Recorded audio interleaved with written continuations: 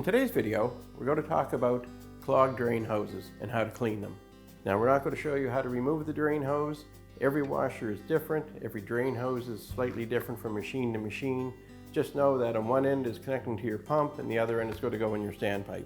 So today we're going to show you how to clear that clogged drain hose. It's really quite easy. So if your drain hose is clogged and it's just a slight clog, you can usually do it with like compressed air or blow through it or whatever. But if it's really clogged, there's something inside there, either some sort of debris or article of clothing or something in there that's small enough that it made its way through and jammed. The best way to clear that clogged drain hose is with a fish wire or snake, whichever you prefer to call it. So on just a small little drain hose like this, the first thing you'll want to do is, where some of them have a little keeper to make it have that round gooseneck, you'll just want to release that so it's nice and straight and clear. The other end on this one is a bit of an elbow. So I'm just going to extend my snake.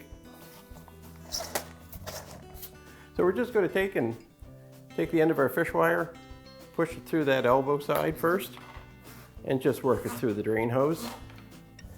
If I come up against something inside it, I'm just going to push my fish back and forth until I free it up, until eventually I push it right out the other end. So using a snake wire is your best bet to make sure you've got that drain hose nice and clear. And that works on a small one, and it works just as well on a larger drain hose as well. Now, some washers have a thing called a check valve built into the end of the drain hose. What that does is when the machine pumps out, it shoves water out to the drain, and then when the machine stops, there's a fair bit of water that's left in the drain hose because of this check valve. It actually holds it in the hose, and its purpose is to stop any sewer smell coming back from your standpipe through the drain hose into the washer. But that check valve is usually the first place that things will start to jam and get stuck and clogged. So you just want to be sure that when you're trying to clear this drain hose, you want to be able to start your fish wire in from the check valves the direction that water would flow. If you go the other way, your fish wire is just going to come up against the check valve and you're not going to be able to get through.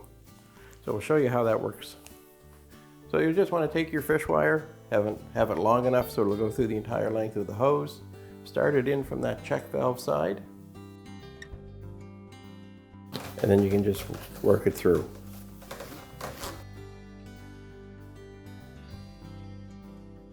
So once you know you've got your hose cleared, you can put it back on your machine and you'll be good to go.